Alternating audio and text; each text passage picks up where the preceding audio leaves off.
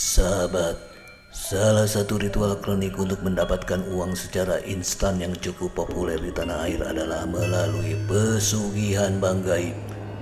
Konon ritual ini melibatkan tempat, bangunan atau pohon tua yang dikeramatkan sebagai tempat transaksi yang menjembatani gerbang antar dimensi.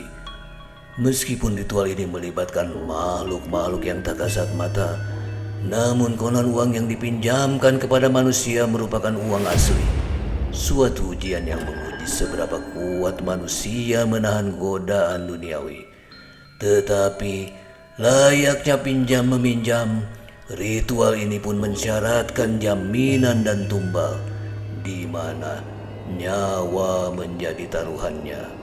Sahabat Padukuhan, kembali lagi bersama channel kita yang mengisahkan beragam kisah misteri, legenda, cerita rakyat, mitos maupun petilasan bersejarah yang berkembang kental di tanah air.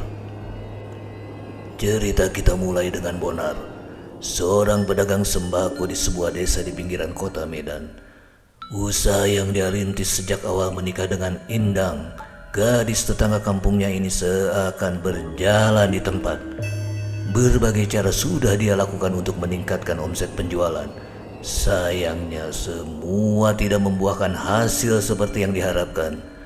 2 tahun berjalan hingga kini Bonar dikaruniai 3 orang anak kembar. Kehidupan Bonar tetap biasa-biasa saja. Seiring pertumbuhan anak-anaknya, kebutuhan biaya hidup semakin lama semakin meningkat. Sementara penghasilan dari tokonya mulai tidak menentu. Perlahan toko yang semula penuh dengan barang mulai terlihat kosong. Satu persatu para pelanggan pun mulai meninggalkannya karena barang yang mereka cari seringkali tidak tersedia. Bonar pun kini lebih sering duduk sendirian di tokonya, berharap kedatangan pembeli yang kini sangat jarang mendatangi. Hingga pada suatu hari dia kedatangan seorang kawan lamanya yang bernama Poltak dari luar kota. "Apa kabar sobatku?" seru Poltak seraya turun dari kendaraan barunya. "Ah, kau pula rupanya.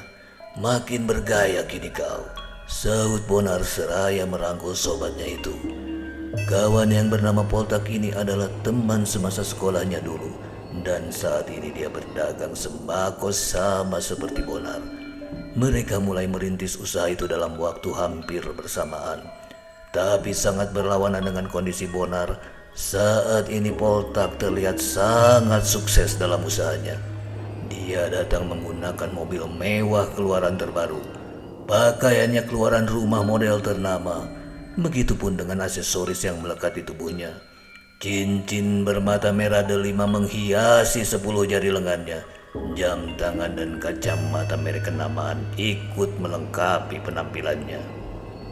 Bonar sangat terpukau melihat penampilan kawannya ini.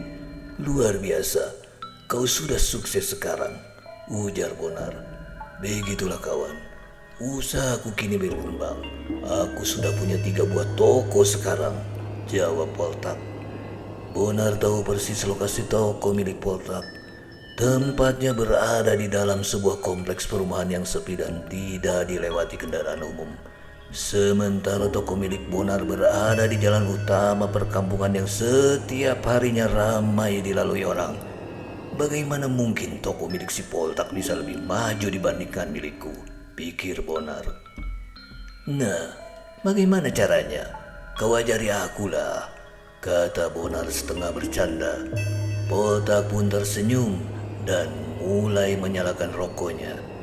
"Dulu kondisi tokoku lebih sepi daripada toko milikmu ini," kata Poltak sambil menunjuk sekeliling isi toko milik Bonar.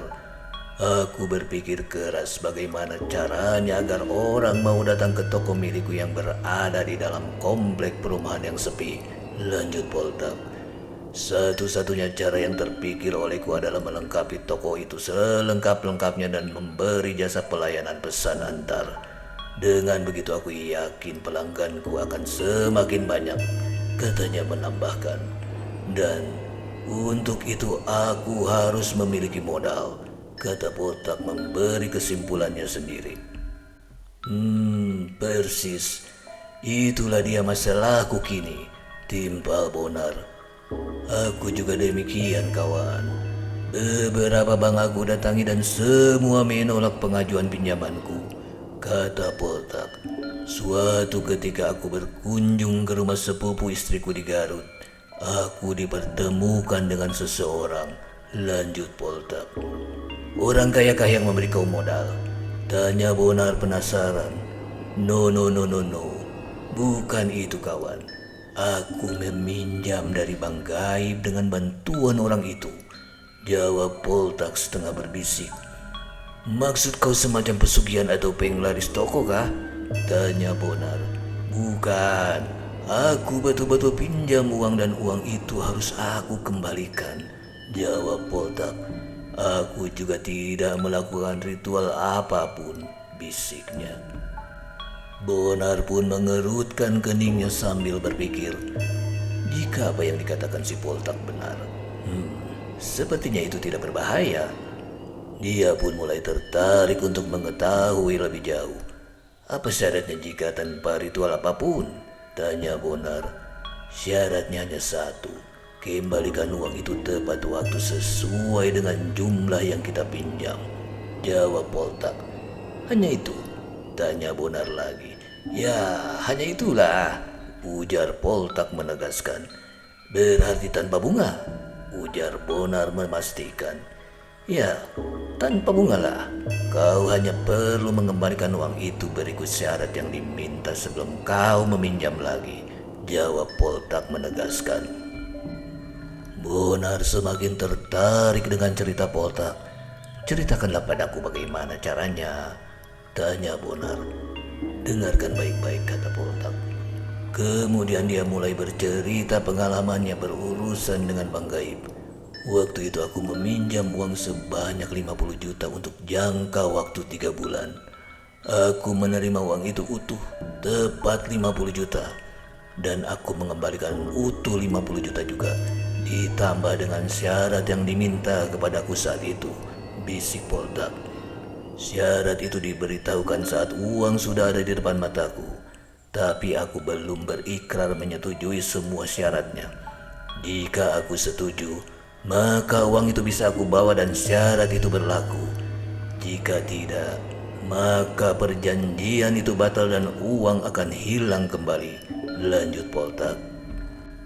Semakin besar uang yang dipinjam, semakin banyak juga syarat yang diminta.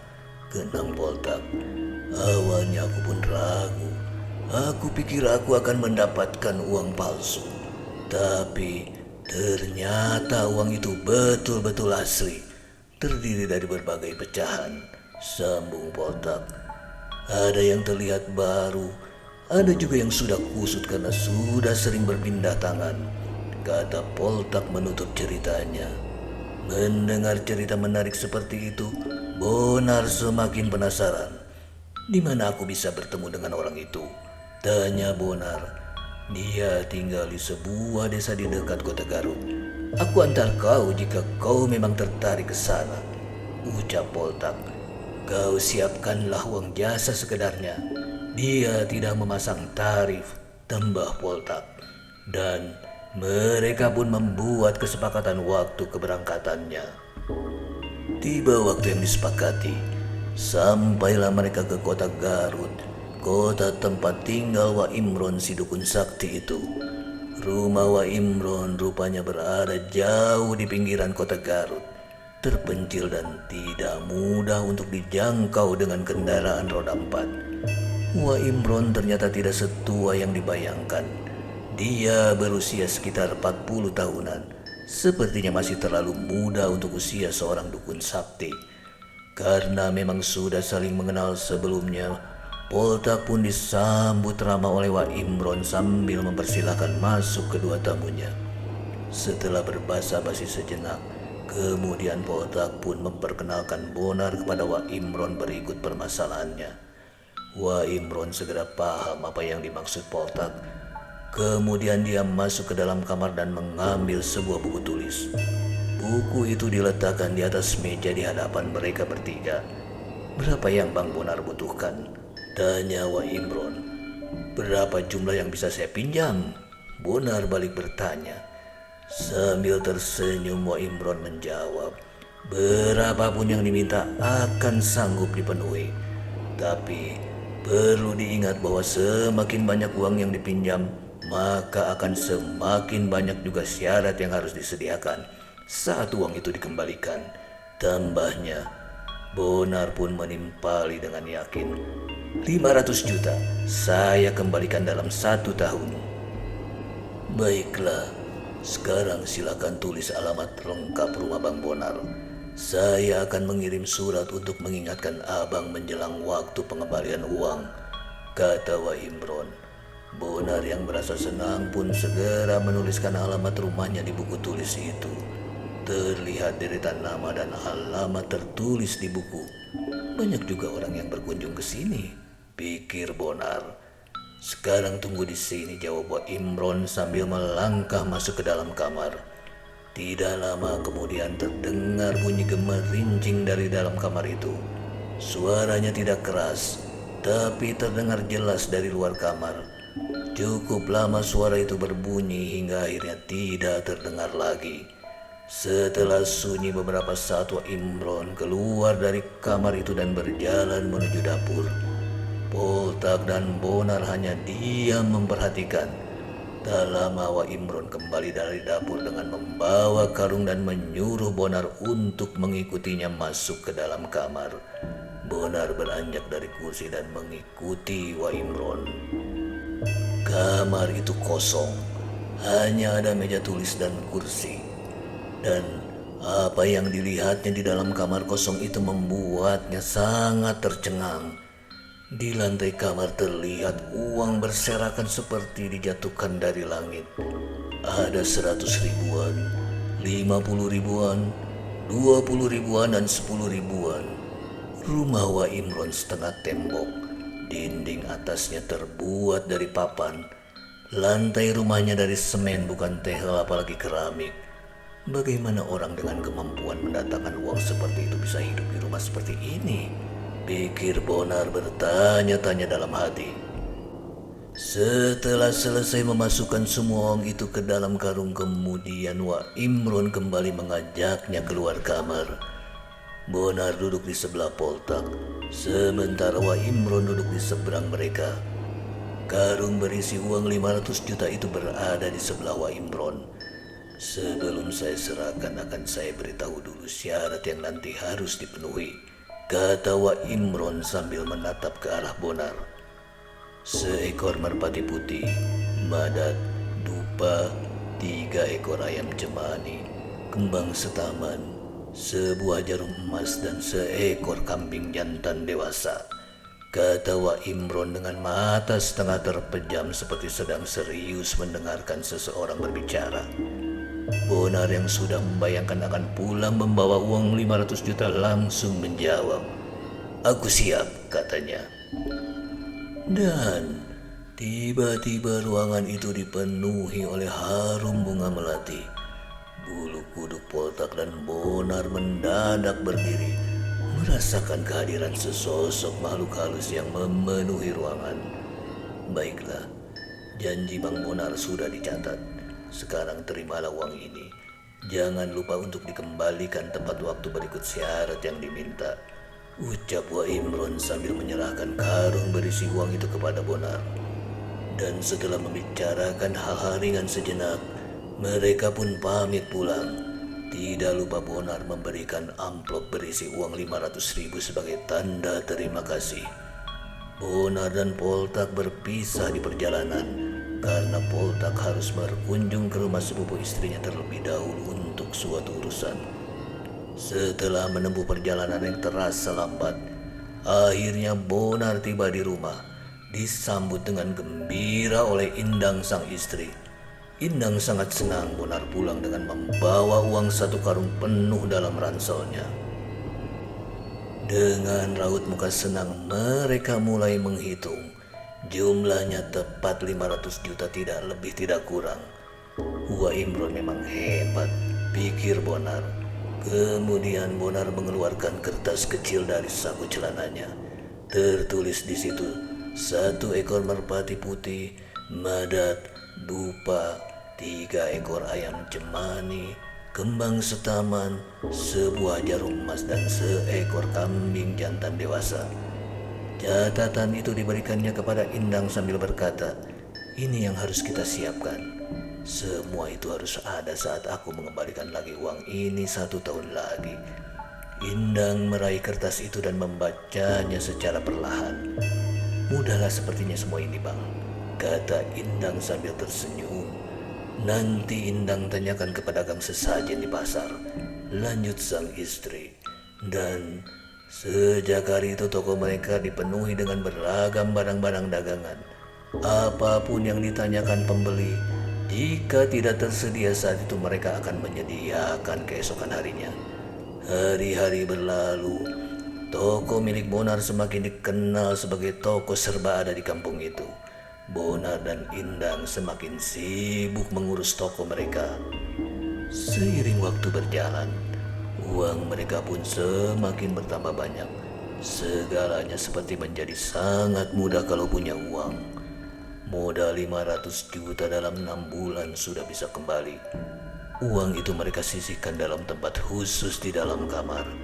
Memasuki bulan ke-8 datanglah sebuah surat pertama dari Wak Imron yang isinya mengingatkan Bonar bahwa waktu pengembalian sudah dekat. Waktu terus berlalu dan kesibukan mereka semakin hari semakin bertambah. Sekarang uang mereka sudah cukup untuk membuka cabang baru. Dia pun mengontrak sebuah ruko di jalan utama, dekat dengan sekolah ketiga anaknya. Hingga tidak terasa saat itu sudah memasuki bulan ke-12 semenjak Bonar pulang dari Garut. Surat kedua pun datang. Isinya masih sama, yaitu mengingatkan tentang waktu pembayaran. Tapi di bagian bawah ada catatan tambahan. Kalau sudah lewat waktunya, nanti bukan saya lagi yang menagih. Bonar membaca sekilas surat kiriman Wak Imron itu. Baguslah itu, awak tak perlu lagi pergi ke Garut, pikir Bonar. Dan surat itu pun segera dilupakannya. Semua berjalan normal. Hingga pada suatu hari terjadilah sebuah musibah yang membuat mereka sangat terpukul. Siang itu anak-anak mereka sedang berada di dalam toko sementara sang pengasuh sedang membeli makan siang. Rumah makan itu berada di seberang jalan raya provinsi yang ramai. Namun tak lama setelah sang pengasuh pergi, ketiga anak itu tampak berlari ke seberang jalan. Seketika terdengar suara ban berdecit di aspal. Disusul kemudian suara jeritan orang-orang yang berada di sekitar tempat itu.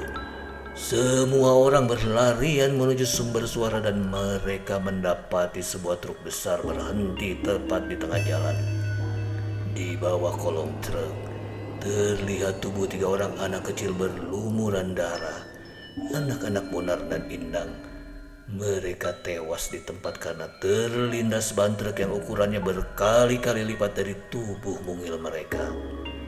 Bonar yang juga ikut keluar dari toko melihat pemandangan yang memilukan itu.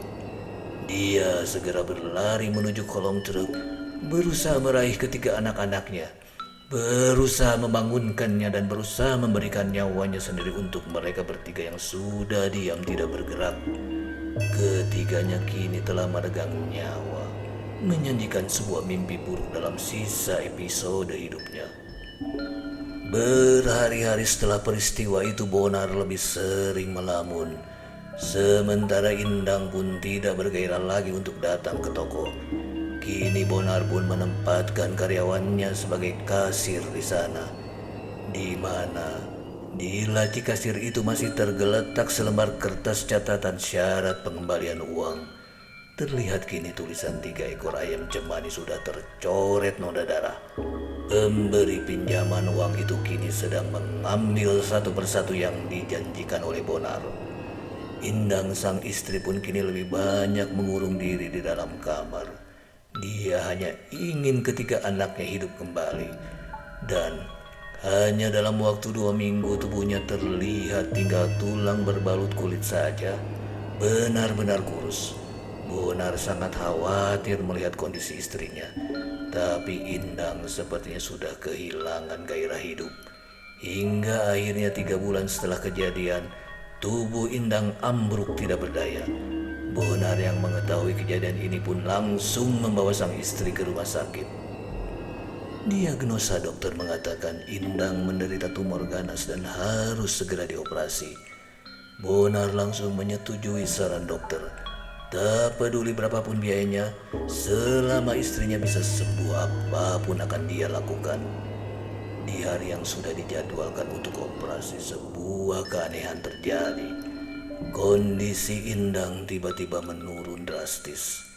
Di sela-sela nafasnya yang kian melemah, Indang meraih tangan Bonar. Indang berbisik lemah. Aku dipanggil-panggil oleh seorang penari. Dia sedang menari bersama puluhan orang lainnya dan anak-anak kita ada di sana. Aku ditarik ke sana. Lanjutnya, tak lama kemudian tubuh Indang bergetar hebat dan dengan sebuah sentakan lemah Indang pun mengembuskan nafasnya yang terakhir. Bonar sangat terpukul dan tak sanggup berkata-kata. Dia hanya bisa menangis di atas jasad Indang yang kurus dan terbujur kaku. Sungguh suatu pukulan yang amat sangat berat dirasakan oleh Bonar. Hanya dalam hitungan bulan, dia harus kehilangan semua orang-orang yang dicintai. Sore itu Bonar sedang termenung di halaman belakang rumah. Tiba-tiba kasir toko datang menyerahkan selembar kertas berisi tulisan tangan kepadanya. Tulisan tangannya sendiri, dan dia tersentak kaget melihat tulisan itu. Seekor merpati putih, Madat, dupa, 3 ekor ayam cemani, kembang setaman, sebuah jarum emas dan seekor kambing jantan dewasa. Tapi tulisan seekor merpati putih dan 3 ekor ayam cemani telah tercoret oleh noda darah. Dia pun seketika teringat semua janjinya itu kepada Wak Imron. Saya siap, katanya waktu itu.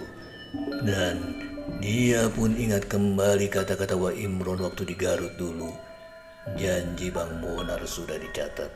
Sekarang terimalah uang ini. Jangan lupa untuk dikembalikan tepat waktu berikut syarat yang diminta. Dan dia juga ingat tulisan itu. Bukan saya lagi nanti yang menagih. Demikian tertulis dalam akhir surat. Tangan Bonar gemetar memegang kertas kecil itu. Dia telah melalaikan janjinya. Apakah ini penyebab dia kehilangan 4 orang yang dikasihinya? Malam itu Bonar benar-benar tidak dapat tidur. Dia membayangkan kekejaman makhluk yang sedang datang menagih janjinya. Keesokan harinya, tanpa persiapan apapun Bonar segera pergi melakukan perjalanan panjang menuju rumah Wak Imron. Wak Imron yang kebetulan sedang berada di depan rumah terkejut melihat kedatangan Bonar yang tiba-tiba. Bonar pun memasuki rumah Wak Imron dan langsung duduk. Sebelumnya, saya meminta maaf karena saya sudah melalaikan janji saya dahulu, kata Bonar. Saya kembalikan utuh apa yang dahulu saya pinjam, tambahnya sambil menyerahkan tas ransel yang berisi uang itu kepada Wak Imron. Kemudian Bonar menceritakan secara singkat apa yang telah terjadi kepada anak-anak dan istrinya. Wak Imron hanya diam dan menghela nafas. Dia telah datang untuk menagih janji Bang Bonar, ucap Wak Imron. Uang yang Bang Bonar bawa ini silahkan dibawa kembali, katanya melanjutkan. Kemudian Wak Imron berdiri mendekati Bonar. Tangannya diusapkan di hadapan Bonar tanpa menyentuh mukanya dan berkata, "Silahkan Bang Bonar lihat." Tiba-tiba Bonar melihat seorang wanita berpakaian tradisional sedang menari. Wanita itu sangat cantik. Dia menari sambil mengibaskan selendangnya ke kiri dan ke kanan.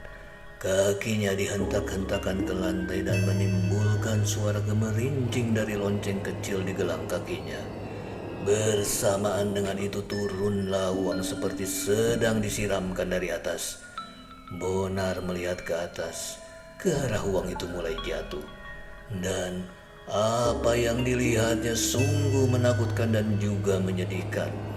Dia melihat ada puluhan orang berlari-lari datang dan pergi di atas penari itu.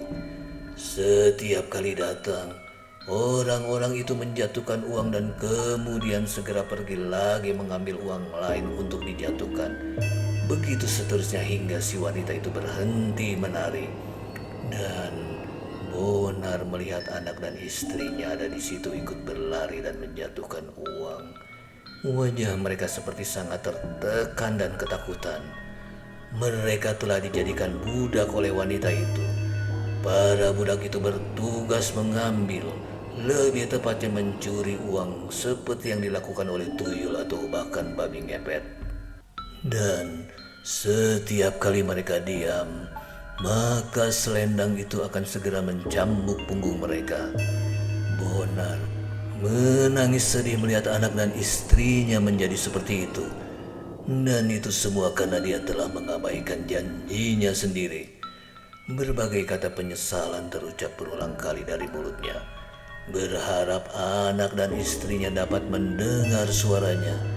Dia ingin meminta maaf kepada mereka. Dia ingin jiwanya ditukar dengan jiwa mereka. Tapi hal itu sudah sangat terlambat. Sebuah janji yang tidak dia tunaikan telah dibayar secara paksa dengan cara yang sangat menyakitkan. Bonar kembali ke tempat tinggalnya dengan lesu tak bersemangat. Uang 500 juta dalam ranselnya sudah tidak menarik lagi baginya. Dimasukkannya ransel itu ke dalam lemari. Semua itu tidak berguna. Aku bersedia kehilangan itu semua asal anak dan istriku bisa kembali. Bonar merenung seorang diri di dalam kamar. Lebih baik hidup dalam serba kekurangan bersama orang yang dicintai daripada punya banyak uang tapi harus kehilangan mereka. Apa gunanya hidupku sekarang ini? Walaupun aku masih memiliki 2 buah toko dan banyak uang, tapi untuk apa? Aku ingin menikmati semua itu bersama keluargaku. Bonar betul-betul merasa kehilangan dan merasa seorang diri di dunia ini. Alangkah baiknya jika aku bersama mereka, pikir Bonar. Dan beberapa hari kemudian koran-koran lokal memuat tayangan berita penemuan mayat seorang pria yang mati di dalam kamar tidurnya. Pria sebatang kara yang mengakhiri hidup dengan menyayat lengannya sendiri. Sebuah kertas kecil masih dipegang oleh lengan itu. Kertas itu berisi tulisan, seekor merpati putih, badat, dupa, 3 ekor ayam cemani, kembang setaman, sebuah jarum emas dan seekor kambing jantan dewasa. Namun tulisan itu hampir tidak terbaca karena semuanya tertutup oleh tumpahan darahnya. Demikian akhir kisah ini. Mohon maaf apabila ada kesamaan karakter serta nama-nama tokoh dan pelaku.